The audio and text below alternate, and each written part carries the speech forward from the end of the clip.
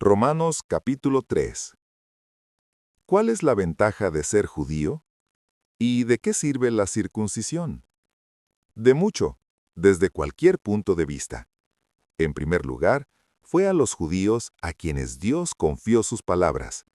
Ahora bien, si algunos de ellos no fueron fieles, ¿dejará Dios de ser fiel? Ni pensarlo.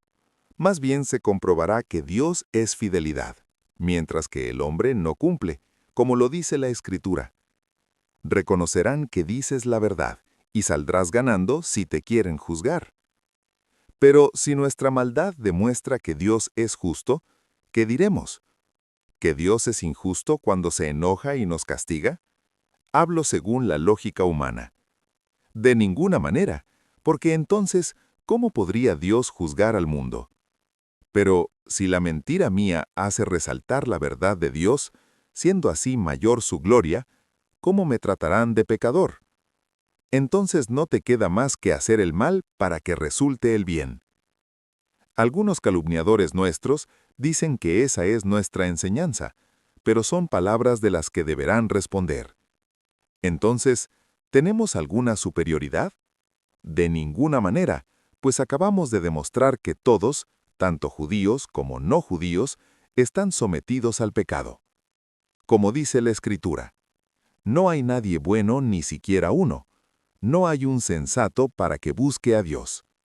Todos andan extraviados, se perdieron juntos. No hay ninguno que haga el bien, ni uno siquiera. Su garganta es un sepulcro abierto, pues sus palabras son puros engaños. Veneno de serpiente ocultan sus labios. De su boca brotan insultos hirientes. Corren a donde puedan derramar sangre. Detrás de ellos dejan ruinas y miserias. No conocen el camino de la paz. Nunca se acuerdan de Dios para hacerle caso. Pero sabemos que todo lo que dice la Escritura lo dice para los mismos judíos que están sometidos a sus leyes. Que todos, pues, se callen y el mundo entero se reconozca culpable ante Dios. Más todavía, ningún mortal estará en gracia de Dios si lo importante es cumplir la ley. Otro es el fruto de la ley. Por ella conocemos el pecado. Creer es el camino de la salvación. Pero ahora se nos hizo manifiesto eso mismo que anunciaban la ley y los profetas. Dios nos hace justos y santos sin valerse de la ley. Dios nos hace justos mediante la fe en Jesucristo, y eso vale para todos los que creen sin distinción de personas. Pues todos pecaron y a todos les falta la gloria de Dios, y son rehabilitados por pura gracia y bondad, mediante el rescate que se dio en Cristo Jesús. En su persona y con su sangre derramada, Dios quiso que tuviéramos un perdón del pecado mediante la fe. Así nos enseña Dios cómo obra su justicia, porque anteriormente dejaba pecar sin intervenir. Eran los tiempos de la paciencia de Dios. Pero en este momento Dios manifiesta su justicia. Él es justo y santo, y hace justo y santo a todo el que cree en Cristo Jesús. Y ahora, ¿dónde está nuestro orgullo? Se acabó. ¿Cómo? No por la ley con sus observancias, sino por otra ley que es la fe.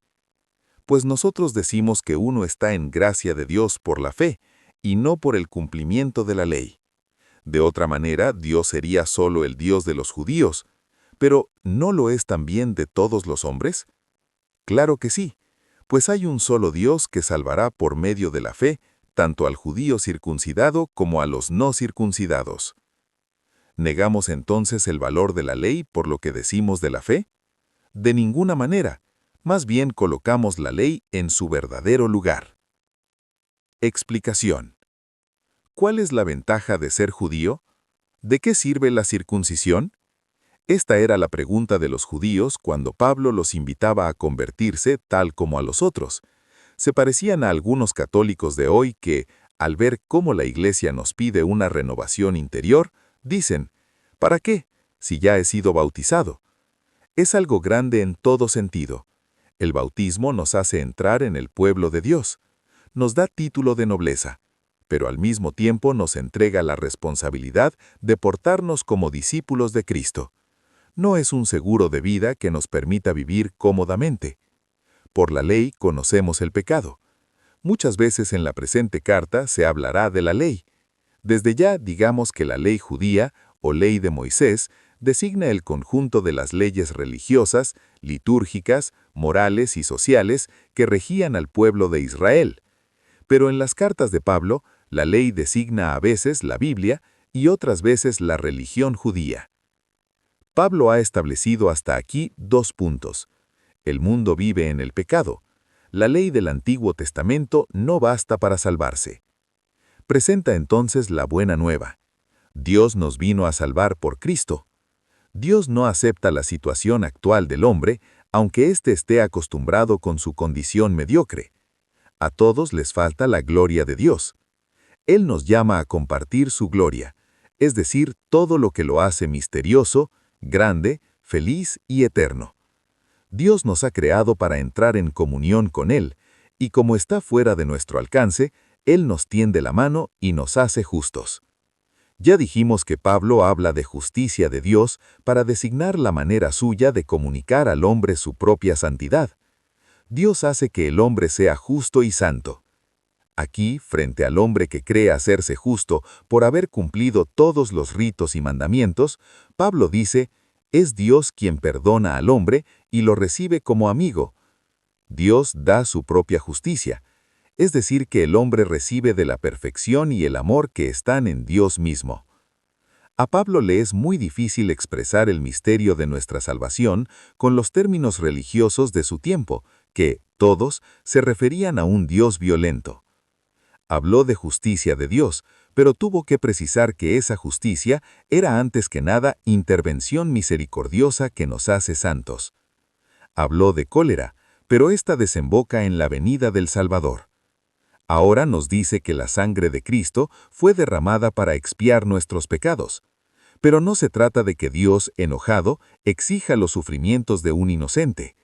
Dios es el que da la víctima, y la venida de Jesús expresa el inmenso amor del Padre. En pocas palabras, Pablo les da a estos términos un sentido radicalmente nuevo. La manera divina de hacer justicia no es condenando, sino salvando. Dios vence el mal por el amor. Al hombre pecador le ofrece una esperanza y le muestra el sacrificio de su Hijo. De modo que se salvará el que no esperaba ni sabía que alguien lo amaba. Muchos judíos convertidos a Cristo pensaban que era útil todavía practicar las prescripciones y ritos religiosos de la Biblia, como circuncisión, sábado, purificaciones, y querían que las observaran también los cristianos de las otras razas. Pablo rechaza esto, pues la ley de Moisés era 2 cosas. A la vez daba las bases de una vida humana, como por ejemplo, conocer a Dios, no matar, no robar, etc. Y por la otra, era la ley del pueblo judío, con todas sus ceremonias, ritos y costumbres extrañas a los demás pueblos. Entonces, si Dios es Dios de todas las naciones, no se les puede imponer a estas que imiten a los judíos y que vivan como ellos,